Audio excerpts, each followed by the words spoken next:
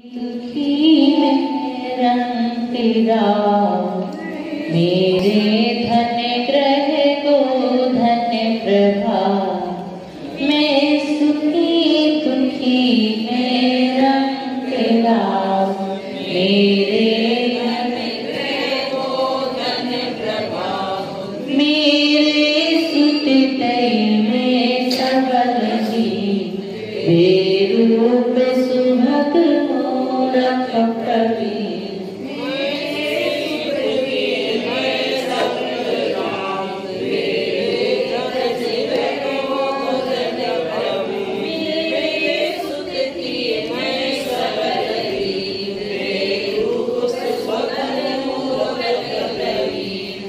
में सुखी दुखी में रहते भाव। मैं कैसा हूँ कि किसकी मानता है?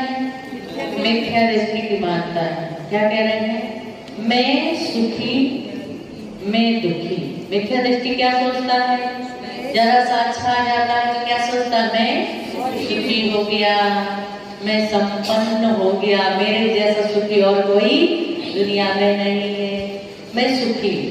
और थोड़ा सा दुख आ गया तो मेरे जितना दुखी कोई संसार में नहीं है, इसलिए मैं दुखी। मैं सुखी मैं दुखी मैं रंग राव। मैं कैसा हूँ? कभी तो लॉटरी खुल जाती है तो अपने आप को क्या समझता है? राजा समझने लगता है। और यदि कभी लॉटरी नहीं खुली, घाटा लग गया तो अपने आप को क्या समझ लगता है? गरीब समझने लगता है। क्या हो गया? अच्छा, सामान उठाने आए थे, इसको सही तो करके जाओ। आ ही गए थे तो अब करके जाओ।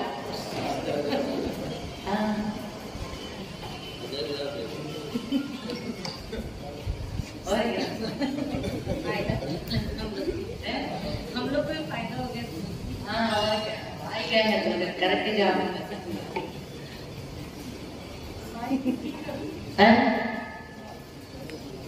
क्या 3D से भी कर देना भैया। एक जो अपन ने 2 साउंड लगाए ना, 4 साउंड, तो 2 उधर दे दें, 2 इधर रहे तो नहीं हो सकता। ये बॉल है ना, गूंजेगा आवाज, लेकिन एकदम परफेक्ट लगता है ना। आवाज बहुत सामने लगती है, 2 उधर लगती है, लेकिन आवाज बहुत परफेक्ट है। आवाज तो आप लोगों को मतलब आपकी आवाज ही अच्छी है तो यही चना का झाड़, चना का झाड़ है क्या? नहीं तो लगा दो, एक बगीचा बहुत बड़ा। वो बात तो सही कही, लेकिन तुम श्रावक महाव्रती नहीं हो, इसलिए पूर्ण विश्वास भी नहीं कर सकते।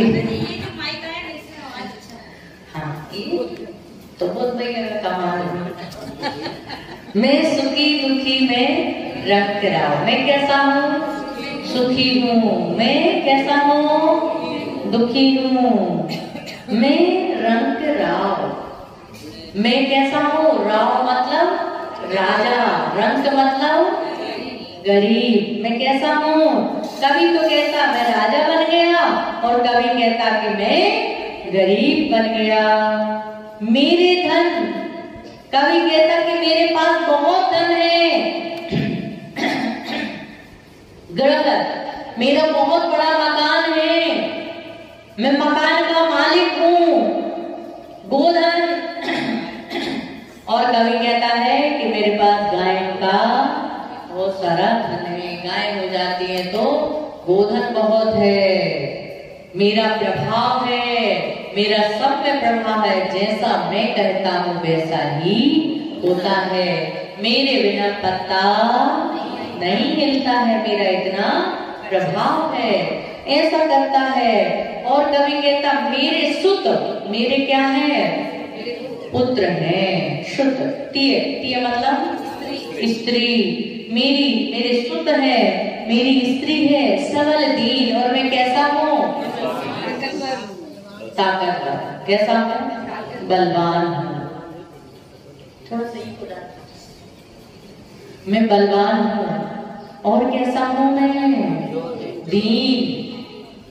कभी तो सबल समझता है तो कभी कहता मेरा कोई नहीं है। क्या? मेरा कोई नहीं है। और कभी तो समझता मैं ही सब कुछ हूँ, और कभी समझता मेरा कुछ भी नहीं है। अध्यक्ष की अच्छी चलने लग जाए तो मैं अध्यक्ष हूँ, और यदि नहीं चले तो काय का अध्यक्ष को सुनता ही नहीं है, हैं? तो ये क्या है?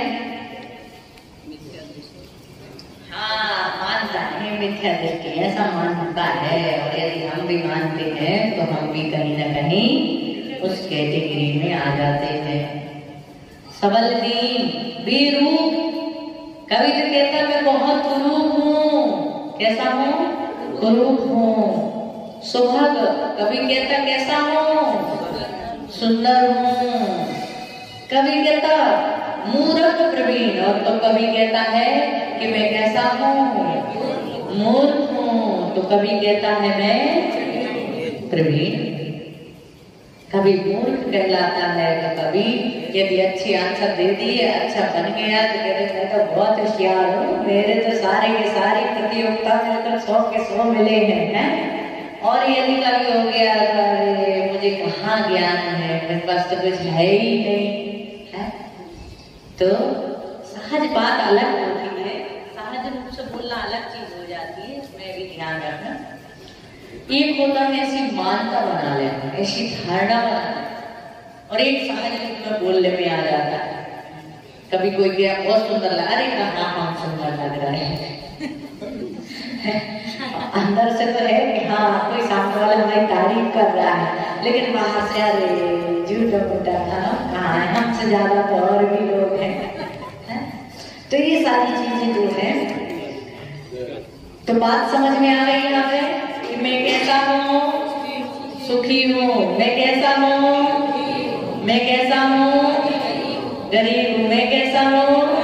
राजा हूँ। मेरे क्या है? मकान है। और क्या है? धन है। और गोधन। गोधन का मतलब?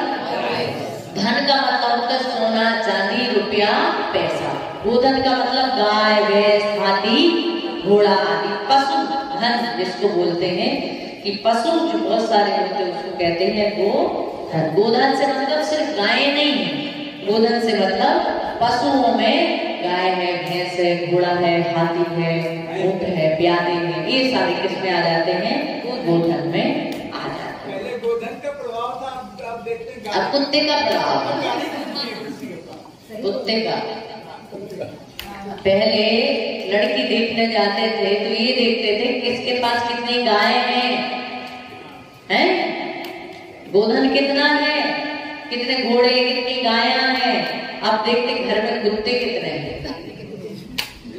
यदि कुत्ते घर में कुत्ता है तो ठीक, बड़ा आदमी, पैसे वाला आदमी, इज्जत वाला आदमी। यदि कुत्ता नहीं है तो उसकी हैसियत कुत्ते जैसी है। हाँ, वो मैंने एक दिन बताया था पहले दिन प्रवचन में कि पहले लिखा जाता था शुभ लाभ, दीपावली आती थी उसमें लिखा जाता था शुभ लाभ, फिर लिखा जाने लगा वेलकम, मतलब आओ तो वेलकम, जाओ तो भीड़ कम। उसका मतलब ये था आओ तो वेलकम, वेलकम लिखा जाने लगा। फिर क्या लिखा जाने लगा? कुत्तों से सावधान। पश्चात संस्कृति, कुत्तों से सावधान वाली संस्कृति पश्चात संस्कृति है। शुभ लाभ वाली संस्कृति भारतीय संस्कृति। माता जी, मिथ्या दृष्टि ही संसार चला सकता है। हाँ, संसार तो कोई दूसरा जैसा सम्यक दृष्टि हो जाएगा तो संसार में रहेगा, लेकिन बहुत सारे जीव है ना खसाखस भरे हुए, सुई की नोक के बराबर की जगह नहीं है इस लोक में। सुई की नोक के बराबर ही जगह नहीं है जहाँ पर निगोदीय जीवों का स्थान। निगोद में तो है ही, लेकिन निगोद के बाहर सिद्धस्थला तट में निगोदीय जीव खसाखस भरे हुए हैं। वहाँ सूक्ष्म निगोदीय जीव, यहाँ सूक्ष्म और बादल दोनों। तो इतने जीव हैं, यदि समुद्र में से एक चिल्लू पानी निकल भी जाएगा तो समुद्र खाली नहीं होगा। इसलिए ऐसा विचार तो करने के। एक बार हमारे गुरु जी बोलते हैं, हम लोग बोलते हैं कि जिसके घर से साधु बन जाता है उसकी 7 पीढ़ी तर जाती है। क्या? जिसके घर से साधु बन जाता है, सही जीव निकल जाता है, उसकी 7 पीढ़ी तर जाती है। तो बोले 7 पीढ़ी ऐसे बहुत सारे साधु बन जाएंगे, 7 पीढ़ी तड़ेंगे तो खाली हो जाएगा। तो ब्रह्मा ने क्या किया? एक निंदक पैदा कर दिया। क्या पैदा कर दिया? एक निंदक पैदा कर दिया। एक निंदक पैदा होगा तो उसकी 7 पीढ़ी डूबेगी, 7 पीढ़ी उभरेगी तो 7 पीढ़ी डूबेगी। बिल्कुल संसार की व्यवस्था बिल्कुल व्यवस्थित है। 6 महीने 8 समय में 608 जीवों को निकोष से बाहर निकालना है। 6 महीने 8 समय में 608 जीवों को निर्वाण को प्राप्त करना। मतलब संसार व्यवस्था कहीं पे भी कोई गड़बड़ाती नहीं। ऐसा बात समझ में आ रही है? ये तो सरल था, ज्यादा कुछ था ही नहीं समझने जैसा, है ना? मिथ्या दृष्टि जो जीव है अपने से भिन्न पदार्थों को कैसा मानता है? ये सब है, मेरे नहीं है। ये मकान है, दुकान है, घर है, हाथी है, घोड़ा है, सोना है, चांदी, ये मेरी है क्या? ये मेरे नहीं है, लेकिन फिर भी इनको अपना मानना। एक बात का और ध्यान रखना, मेरे नहीं है मतलब वही मैं बता रही हूँ कि सम्यक दृष्टि ऐसा नहीं कहेगा। सुबह जी ये कहेंगे मेरी बीवी है, यदि इनसे कोई पूछे कौन है तो क्या कहेंगे? ये मेरी बीवी है। लेकिन उसमें ये नहीं है कि मिथ्यात्व का दोष लग जाएगा। मेरी बीवी है, यदि ये कहेंगे कि मेरी नहीं तो किसकी है? पड़ोसी की है। और पड़ोसी की बीवी के साथ तू रमण कर रहा है, रह रहा है, इसका मतलब तुझे परिस्थिति का क्या लग जाएगा? दोष लग जाएगा। इसलिए व्यवहार में तो कहना पड़ेगा, ये घर है, ये मकान है, बीवी मेरी है, बच्चे मेरे, दुकान मेरी है, लेकिन अंतरंग में श्रद्धा होना चाहिए कि सब मेरे नहीं है। जिस दिन मेरी आत्मा यहाँ से मुक्त होगी उस दिन ये सब कुछ मेरे से छूट जाएंगे। इनसे सिर्फ मेरा संबंध है, बल्कि आत्मा का संबंध नहीं है, शरीर का संबंध है, आत्मा का संबंध नहीं है। आत्मा भिन्न है और बाकी के जो पदार्थ वस्तुएं हैं, जीव हैं, ये सब मेरे से कैसे हैं? भिन्न है। बात समझ में आ रही? व्यवहार में कहना पड़ेगा मकान मेरा है, यदि तेरा नहीं तो किसके घर में जा रहा है? तो किसके घर में रह रहा है? तो व्यवहार में हमें कहना पड़ेगा, लेकिन निश्चय से श्रद्धा भी होना चाहिए कि सब मेरे नहीं है। बात समझ में? सुख दुख जीव के गुण है या पर्याय? सुख और दुख ये जीव के गुण है या पर्याय? क्या है? पर्याय। क्या है? पर्याय। गुण नहीं, गुण है ज्ञान और दर्शन। गुण क्या है आत्मा का? ज्ञान और दर्शन। और सुख और दुख ये क्या है? पर्याय। जो जीव से कभी जुदा ना हो वो गुण है। जो जीव से पल पल जुदा हो जाए, कभी सुख आ जाता है, कभी दुख आ जाता है, कभी कोई थोड़ी सी तारीफ कर दे तो हम कैसे हो जाते हैं? प्रसन्न हो जाते हैं। और कभी कोई हमारी निंदा कर दे, बुराई कर दे तो हम क्या हो जाते हैं? दुखी। मतलब ना तो सुख स्थायी है ना दुख स्थायी है। जो स्थायी है वो हमारा ज्ञान दर्शन गुण है, वो स्थायी है, इसलिए ये गुण है। और सुख और जो दुख है वो क्या है? पर्याय। बात समझ में? ज्ञान की पर्याय होते हैं? नहीं, ज्ञान पर्याय, ज्ञान गुण है। जैसे सोने का पीलापन एक गुण है। आप सोने की अंगूठी बना लो, अंगूठी मिला करके ब्रासलेट बना लो, ब्रासलेट से आप चेन बना लो, लेकिन उसका पीलापन जो था अंगूठी में भी था, ब्रासलेट में भी था और सोने की चेन में भी या कंगन में भी था। सोने का जो जीव से जुदा ना हो, उस वस्तु से अलग ना हो, वो क्या है? सोने का पीलापन क्या है? गुण है। और जो कंगन बना लिया, अंगूठी बना ली, चेन बना ली, उसकी क्या हो गई? क्या हो गई? पर्याय। बात समझ में आई? तो जो जीव से जुदा ना हो वो क्या है? गुण। आत्मा का स्वभाव कैसा है? क्षमा। आत्मा का स्वभाव कैसा है? क्षमा। क्रोध क्या है? पर्याय, क्योंकि वो विभाव क्या है? आत्मा का विभाव क्या है? क्रोध। क्षमा क्या है? स्वभाव। जैसे अग्नि का उष्णपना क्या है? क्या है? स्वभाव। अग्नि का उष्णपना क्या है? स्वभाव। जल का शीतपना क्या है? स्वभाव। उसे कितना भी उबाल दो, पानी को कितना भी उबाल देना, लेकिन जब भी अग्नि से नीचे रखा जाएगा थोड़ी देर के बाद कैसा हो जाएगा? सीधा। विभाव में जीव बहुत समय तक नहीं रह सकता है, अंत में उसको स्वभाव में आना ही पड़ता है। अग्नि को बुझा दो, जल रही अग्नि, बुझाने के बाद भी गैस को आप बंद कर दो, लेकिन गैस को आप छू नहीं सकते क्योंकि उसका स्वभाव है गर्म हट है। इसलिए बंद होने के बावजूद भी कैसी रहती है? वो गर्म रहती है। अग्नि जल रही लकड़ी, उसमें पानी डाल दो पूरी बुझ जाएगी, लेकिन फिर भी आप तुरंत कोयले को छू नहीं सकते। क्यों? क्योंकि उसमें उष्णता अभी भी विद्यमान है, क्योंकि अग्नि का स्वभाव उष्णपना है, जल का स्वभाव शीतलपना है, आत्मा का स्वभाव क्षमा है और आत्मा का विभाव क्रोध है। बात समझ में आ गई? तो सुख दुख क्या है जीव के? गुणिया पर्याय, विभाव पर्याय है। एक तो स्वभाव पर्याय होती है और एक विभाव पर्याय। जो अलग ना हो वो स्वभाव है और जो अलग हो जाए वो विभाव है। सुख दुख किसे कहते हैं? सुख किसे कहते हैं? अनुकूल अवस्था को सुख कहते हैं, अनुकूल अवस्था को सुख कहते हैं, और प्रतिकूल अवस्था को। हमारे सब अनुकूल चलने लगे तो हम क्या हो जाते? सुखी हो जाते। हमारा बच्चा हमारी बात माने, हमारी आज्ञा का पालन करे, जो हम सोच रहे हैं वैसा करे, हैं? हम जैसा सोचते आप लोग करें तो हम क्या से हो जाते? सुखी हो जाते। आप दुखी हो जाते हैं, हमारा बच्चा सुनता नहीं, हमारी कोई मानता नहीं है। तो हमारे जो अनुकूल हो वो क्या है? सुख, और जो हमारे प्रतिकूल हो वो क्या है? दुख। अर्थात संयोग को क्या कहते हैं? संयोग भी दो तरह का होता है, एक इष्ट संयोग और एक अनिष्ट संयोग। जहाँ इष्ट संयोग होता है वहाँ सुख होता है, जहाँ अनिष्ट संयोग हो जाए वहाँ क्या हो जाता है? तो आप किसी को चाहते हैं, आपकी फ्रेंड है, बहुत दिमाग खाती है आपका, और घंटा भर आने के बाद वो जाती नहीं है, तो आपको सुख होगा कि दुख? काहे को आ गई, आप दिमाग खाएगी 1 घंटे तक।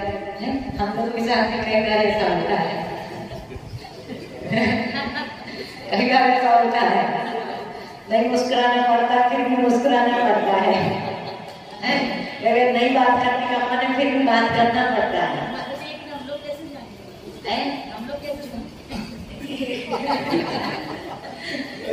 नहीं तो सच्चा भक्त होगा वो समझ जाएगा। ऐसा जो बिना कहे समझ जाए वही तो प्रेम है।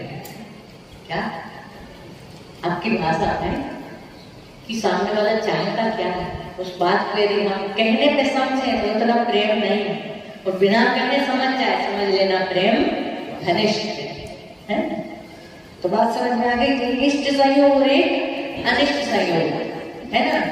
इसमें सुख होता है यदि हम जिसको चाहते हैं, जिसकी सुनना हम चाहते हैं, जिससे वार्तालाप करना चाहते हैं, जिसके पास हम समय व्यतीत करना चाहते हैं, यदि वो हमारे सामने आ जाए तो हमें कैसा लगता है?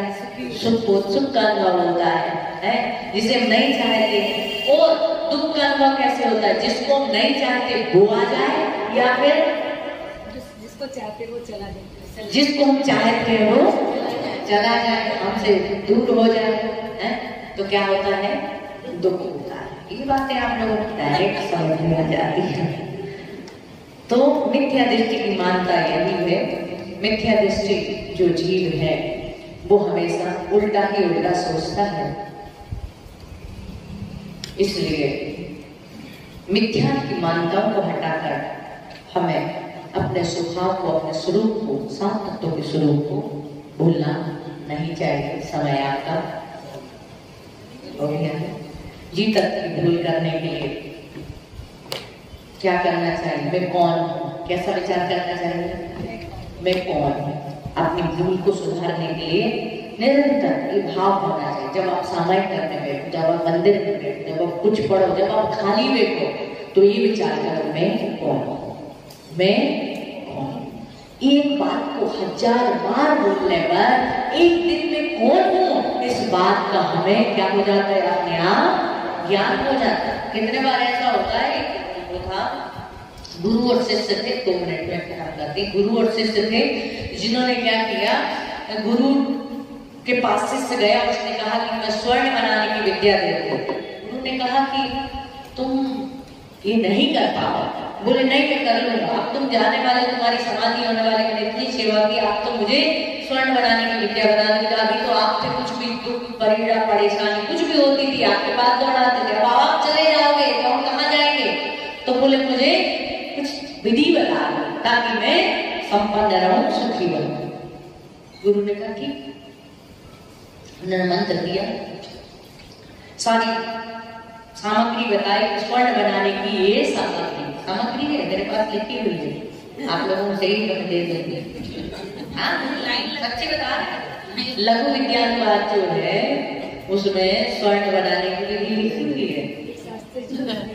हाँ बस भाग्य चाहिए और इतना ध्यान चाहिए उस विधि को पूरा करने के लिए। तो स्वर्ण बनाने की जो विधि थी उसमें कुछ सामग्री होती है, उस सामग्री को रखा जाता है, मंत्रों की आराधना की जाती है, उससे अपने आप वो सामग्री कुछ दिनों के बाद में क्या बन जाती है, सोना बन जाता। हमारे गुरु जी थे, मैंने शुरू में दीक्षा ली थी, तो एक बताते हैं गुरु जी, एक व्यक्ति था यही गुजरात के पास का, गुजरात का, तो उन लोगों ने मिलकर के काम किया था और सक्सेस भी हुआ है। वो फिर जो और साथी था ना बनाने वाला, उसको थोड़ा सा धूम लालच कर छोड़ दिया और वो भी हो गया कि सब अपना काम नहीं। तो कहने का मतलब ये है, उन्होंने कहा कि विधि बता दीजिए, तो उन्होंने सारी सामग्री लिखा दी, ये सामग्री ऐसे ऐसे करना, और उन्होंने मंत्र बोला सोना बन जाए, सोना बन जाए, सोना बन जाए, सोना बन जाए, सोना बन जाए।